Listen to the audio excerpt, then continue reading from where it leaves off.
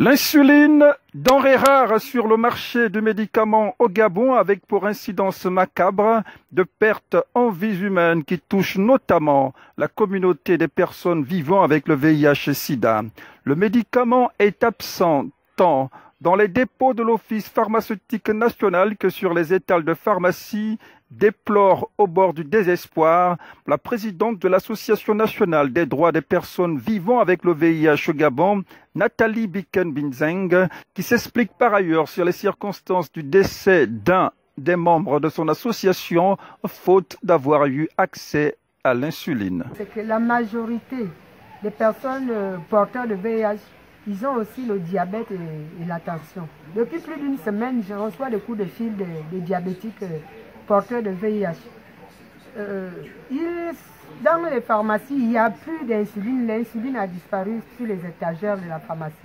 Moi-même, j'ai essayé de faire le Saint-Thomas en allant au Forestier, Sainte-Marie, commissariat central. J'ai même appelé le docteur Issembe pour voir si dans sa pharmacie, il y avait des insulines pour mes patients.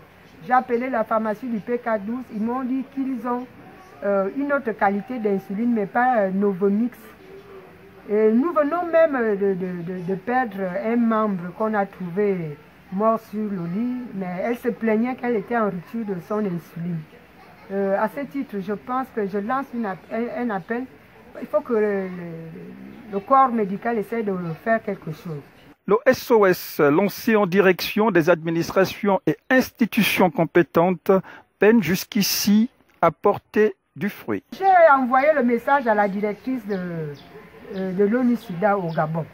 Je lui ai fait part qu'on venait de perdre un patient diabétique porteur de VIH qui pendant une semaine était en rupture de ses insulines. Elle m'a dit qu'elle a reçu le message. Jusque-là, je n'ai pas eu une autre suite. Ce matin, j'ai appelé le médecin-chef du CTACHU. Elle m'a dit de passer là-bas demain matin. On va essayer de contacter d'autres médecins, sinon pas le produit. Et demain matin, je vais me rendre à l'hôpital pour voir ce qu'on peut faire pour le reste des patients qui sont en rupture de leur insuline. Soulignons que l'absence de consommation d'insuline dans les temps peut à minima favoriser des troubles graves de santé et à maxima occasionner la mort du malade.